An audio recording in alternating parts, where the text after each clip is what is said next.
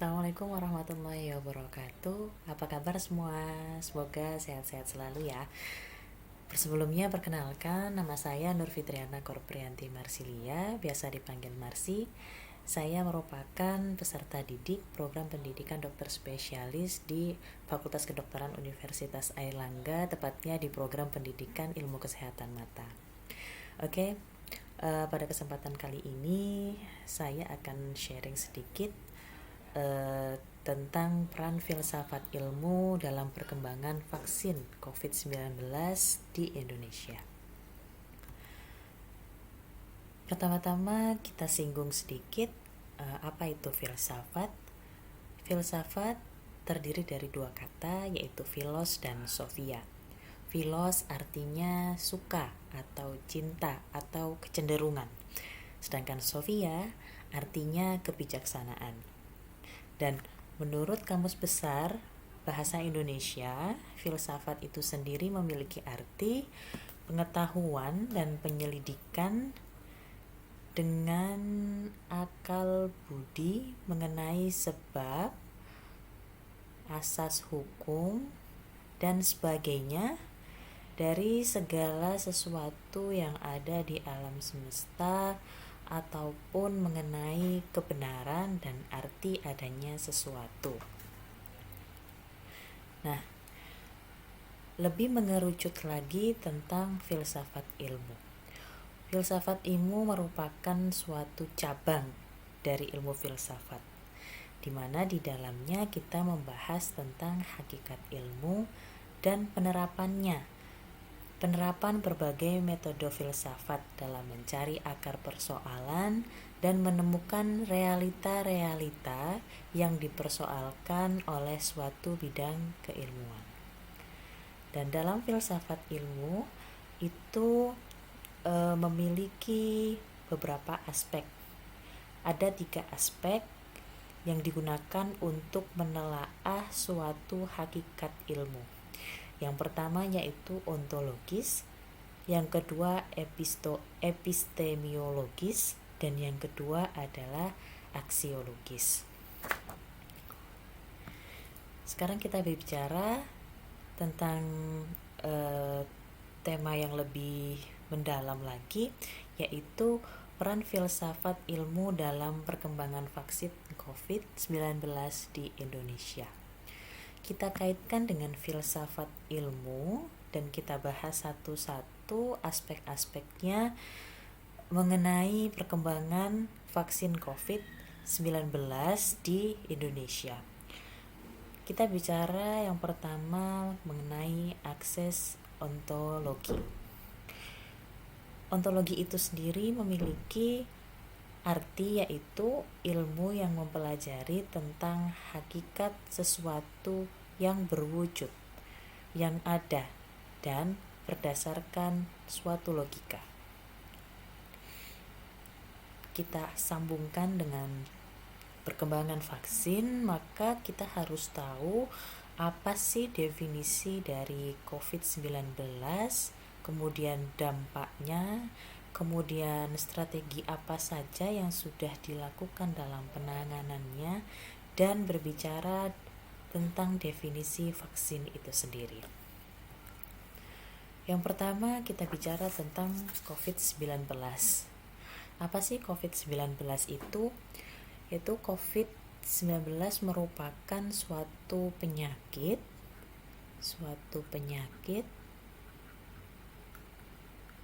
yang disebabkan oleh suatu organisme yang disebut virus, dan dalam hal ini virusnya itu adalah SARS-CoV-2.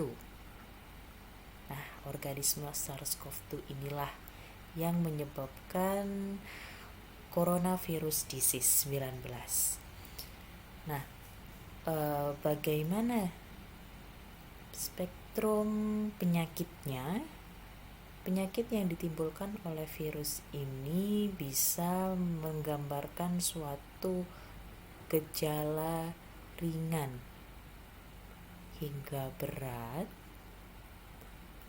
yang terutama menyerang sistem pernafasan.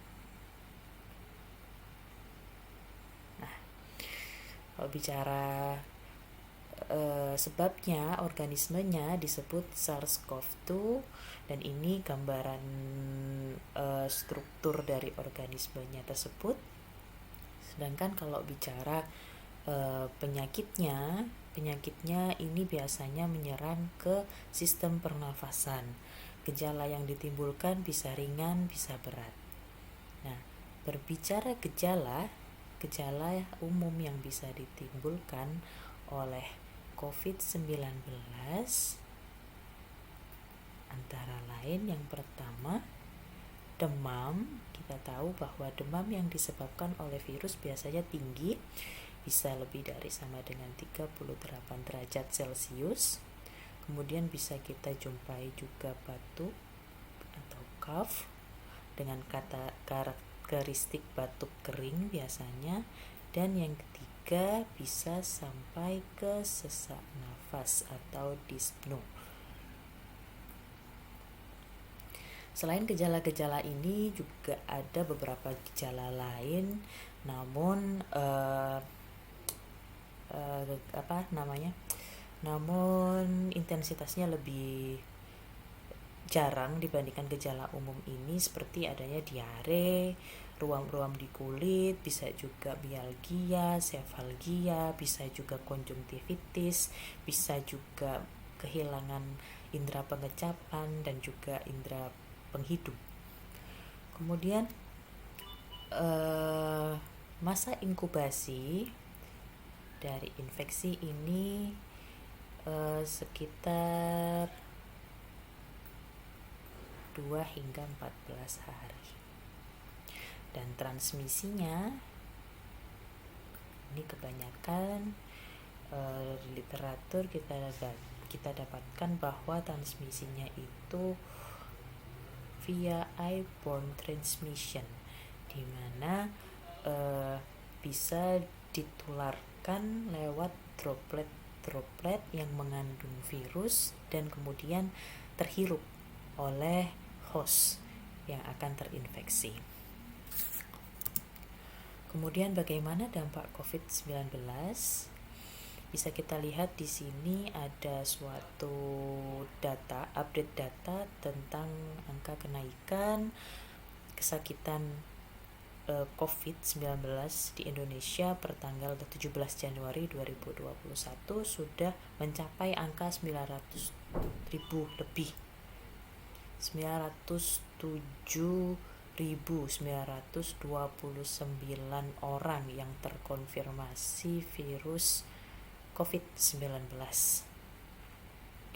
Dan tentu saja dengan kenaikan angka yang trennya terus naik, memberikan dampak bagi masyarakat Indonesia dalam berbagai aspek. Nah, aspek apa saja yang terkena?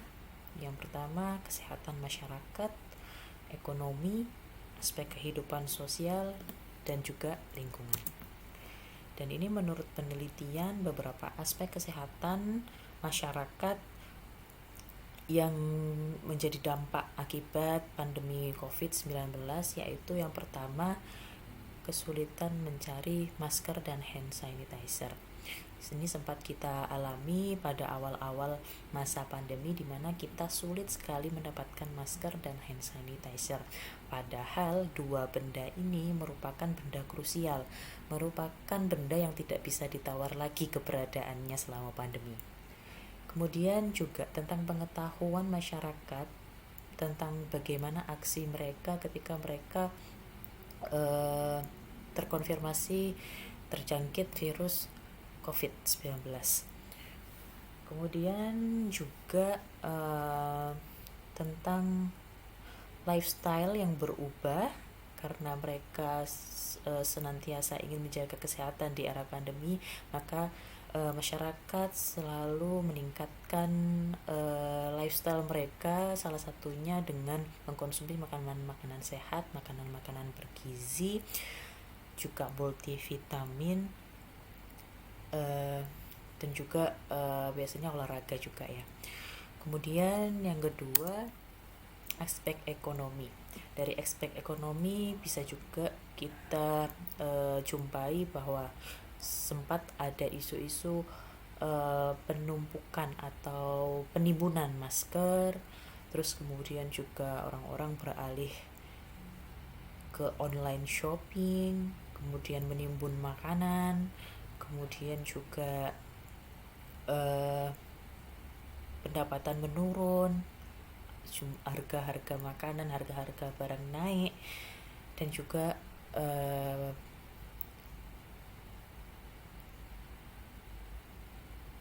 kemampuan untuk saving mereka itu menurun.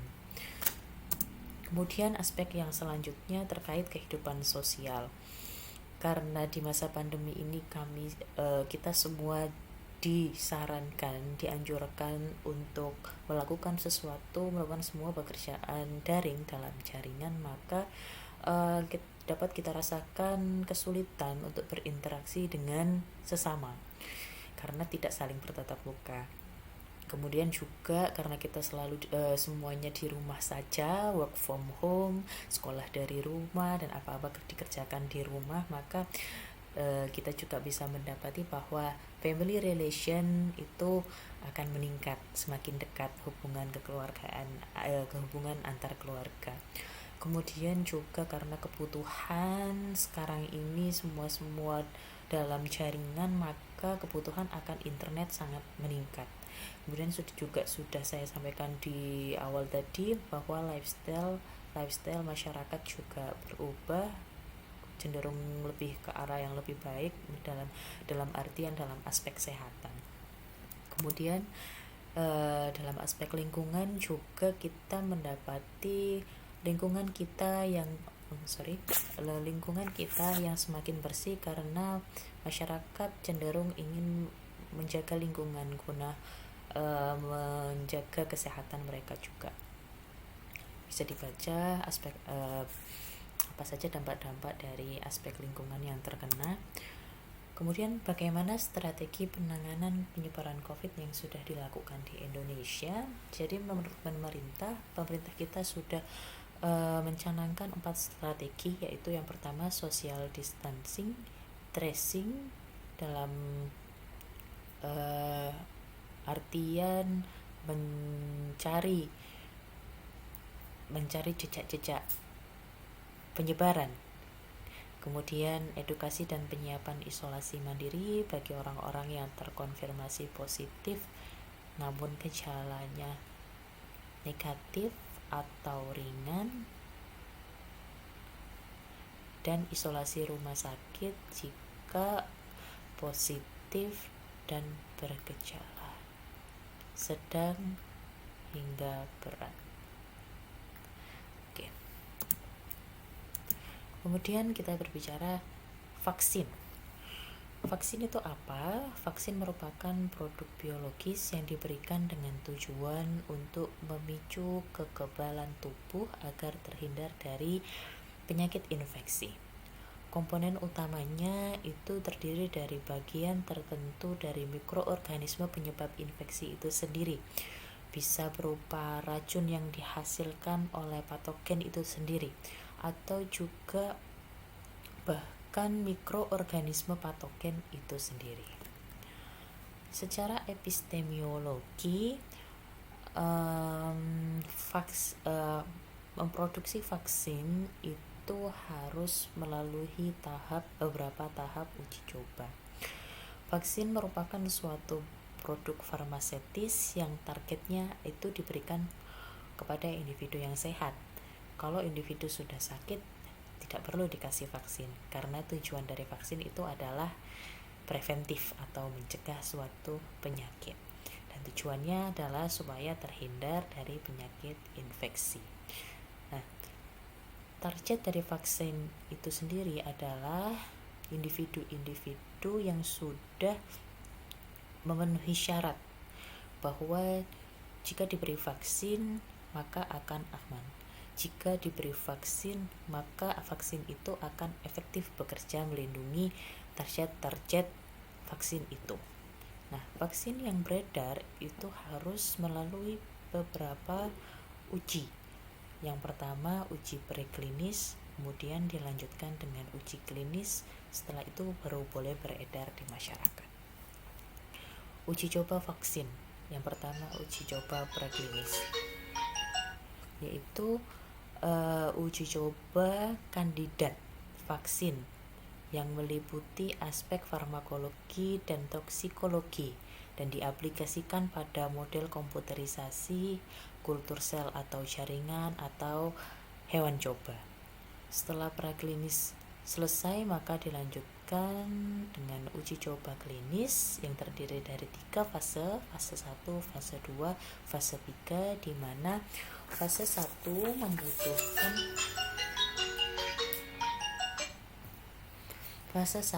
membutuhkan sekitar 20 hingga 80 orang sehat untuk dievaluasi keamanan dan terkait toksikologi dari vaksin itu sendiri, toksisitas dari vaksin itu sendiri. Kemudian beranjak ke fase 2 di mana target sampelnya itu naik sekitar 100 sampai 1000 orang, di mana di situ tujuannya adalah melanjutkan evaluasi keamanan dan toksisitas dari vaksinasi yang dilakukan di fase 1. Dan yang terakhir fase 3 ini memerlukan lebih banyak lagi, yaitu lebih dari 1000, tepatnya 1000 sampai 100.000 sampel, dan fungsinya adalah mengevaluasi keefektifan dan juga efek toksisitas yang tertunda. Nah, setiap fase ini memerlukan waktu yang cukup lama. Setiap fase memerlukan 30 sampai 32 bulan.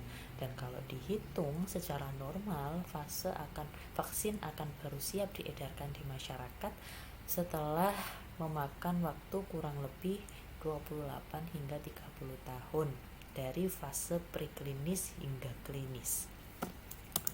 Nah, vaksin itu sendiri merupakan suatu harapan masyarakat di seluruh dunia, karena dengan vaksin itu harapannya dapat menghentikan angka persebaran virus COVID-19 ini.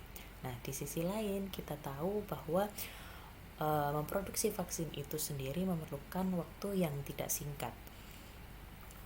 Nah, dari data-data itu, angka yang cenderung naik setiap harinya, maka PR pemerintah itu paling tidak adalah menyeimbangkan antara upaya preventif dan kuratif. Upaya preventif untuk orang-orang yang belum terinfeksi, dan upaya kuratif untuk orang-orang yang sudah terkonfirmasi positif virus corona. Nah, vaksin merupakan salah satu dari upaya preventif. Pemerintah Indonesia melalui Badan Riset dan Inovasi Nasional telah membentuk konsorsium nasional, di mana konsorsium ini terdiri dari instansi pemerintah, perguruan tinggi, dan perwakilan industri farmasi khususnya di bidang biomolekuler. Untuk tujuannya adalah mewujudkan kemandirian nasional terhadap akses vaksin COVID-19 bagi masyarakat Indonesia. Bagaimana strategi Indonesia dalam mengembangkan vaksin COVID-19 di Indonesia? Yang pertama itu dengan menjalin kerjasama dengan negara lain yang sudah melakukan pengembangan vaksin lebih dulu. Nah, ini merupakan jalan yang tercepat untuk memperoleh vaksin COVID-19 karena sudah ada yang meneliti lebih dahulu. Nah, dari data-data yang diambil, Sinovac dinilai memiliki progres yang paling cepat, sehingga pemerintah melalui produsen farmasi BUMN yaitu Bio Farma memilih Sinovac itu sebagai mitra dalam mengembangkan calon vaksin COVID-19 yang akan diproduksi di Indonesia. Sinovac ini sudah pernah mengembangkan jenis vaksin inaktif di Bio Farma. Jadi Sinovac ini sudah mempunyai pengalaman dengan Bio Farma dengan platform yang sejenis.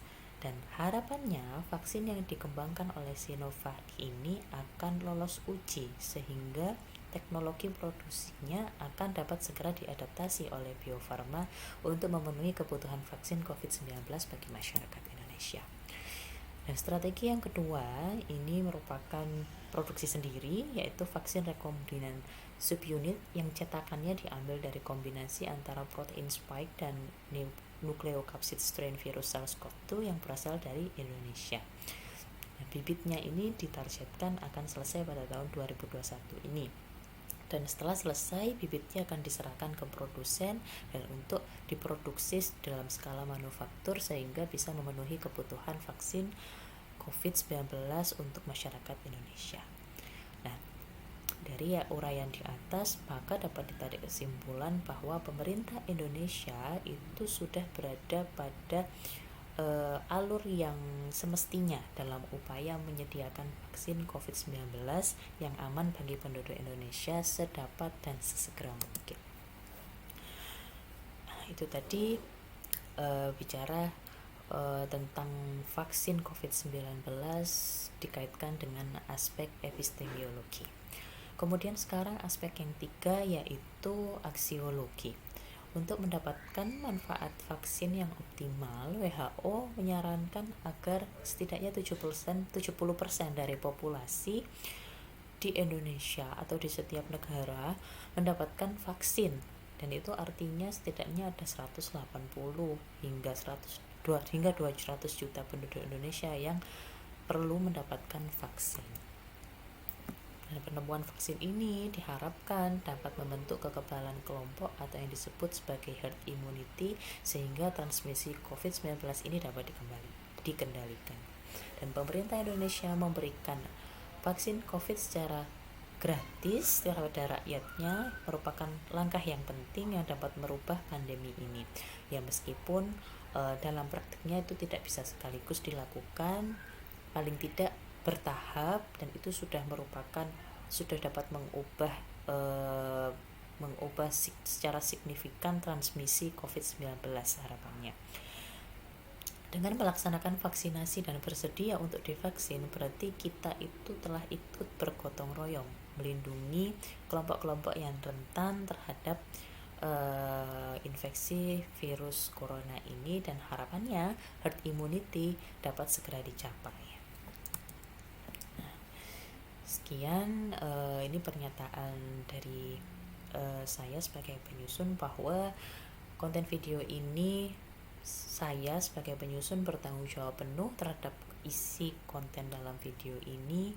Seluruh konten dalam video ini ditujukan dalam upaya untuk mengembangkan karakter bangsa melalui pengetahuan, keterampilan, dan sikap. Dan dalam video ini tidak bermaksud mengolah isu-isu tendensius, memihak, atau segala hal yang bertujuan untuk menyinggung hak lain, melainkan hanya ditujukan sebagai media open access untuk pendidikan dan keilmuan, sebagai kemajuan peradaban kemanusiaan, khususnya pada hal-hal yang terkait dengan studi tentang filsafat. Demikian yang dapat saya sampaikan, kurang lebihnya mohon maaf, semoga bermanfaat bagi kita semua. Wassalamualaikum warahmatullahi wabarakatuh.